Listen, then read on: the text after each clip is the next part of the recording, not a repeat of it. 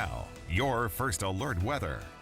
Right now at the Old Faithful webcam, we got some dark clouds up there, a couple thunderstorms trying to form, especially in the north end of the national parks up towards Yellowstone, closer to the Montana state line. But generally, we're not looking for anything turbulent tonight. It's going to be pretty quiet out there. We do have this approaching cold front we've been talking about here for the past couple of days. It's just starting to make its way onshore tonight and along the Oregon coastline, and it's going to kick up showers across Washington, Oregon, and northern Idaho tonight and tomorrow morning.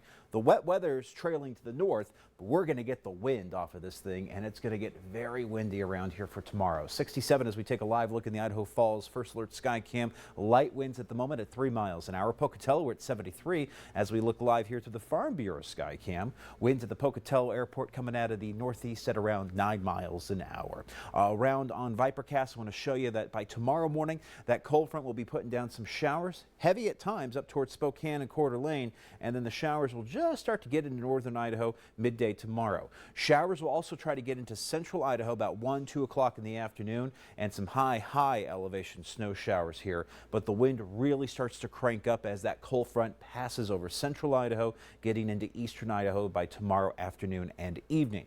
By tomorrow night, the wet weather is confined pretty much into Montana, with the leftovers of this system swinging through Montana as we go through Thursday. We're left with dropping temperatures here as we get into Thursday, but we get a nice rebound with our highs heading into Friday, Saturday, and Sunday. Let's talk about the wind speeds. Okay, so for tonight, winds light, a little bit breezy at times. We're going to see the winds start to pick up overnight into tomorrow morning, with the winds tomorrow morning about 10 to 15 miles per hour. Then we get to lunch, and after lunch, look at the winds just explode with energy here. As we head through the afternoon and evening hours tomorrow, the winds will be sustained well over 20 miles an hour. Your wind gusts 40 to 60 for some spots, and we've seen it before with a cold front like this, so it's not out of the question to see 60-mile-an-hour gusts, especially as you get out to INL and the Buttes. We have the high wind warning in place from Fremont County all the way down to Rupert and Burley.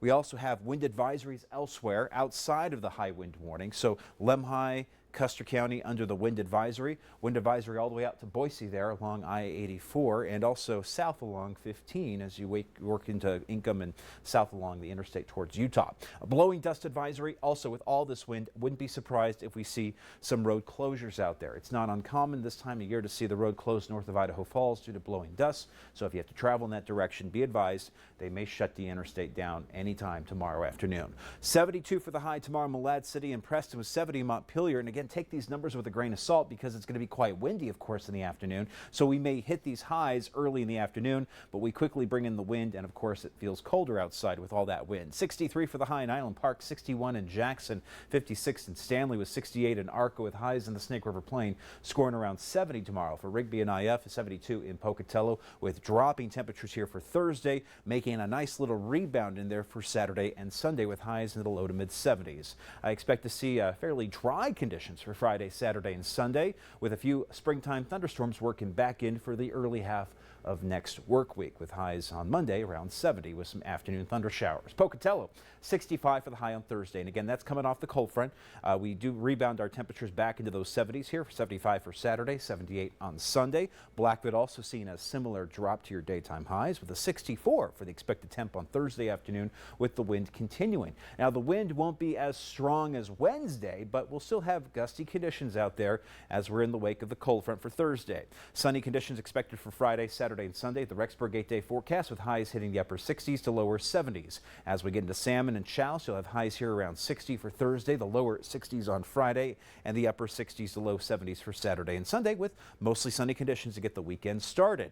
As we head into Jackson, you're also looking at some thunderstorms in the mix, but not a lot of wet weather in the mix here for tomorrow. I'm really not counting on a ton of thunderstorm activity. The biggest nuisance, the biggest headline for tomorrow, it's the wind. And even the mountain locations will see some gusty winds, with temperatures taking a hit for Thursday. We'll send it back over to Carol and Todd, but don't say I didn't warn you.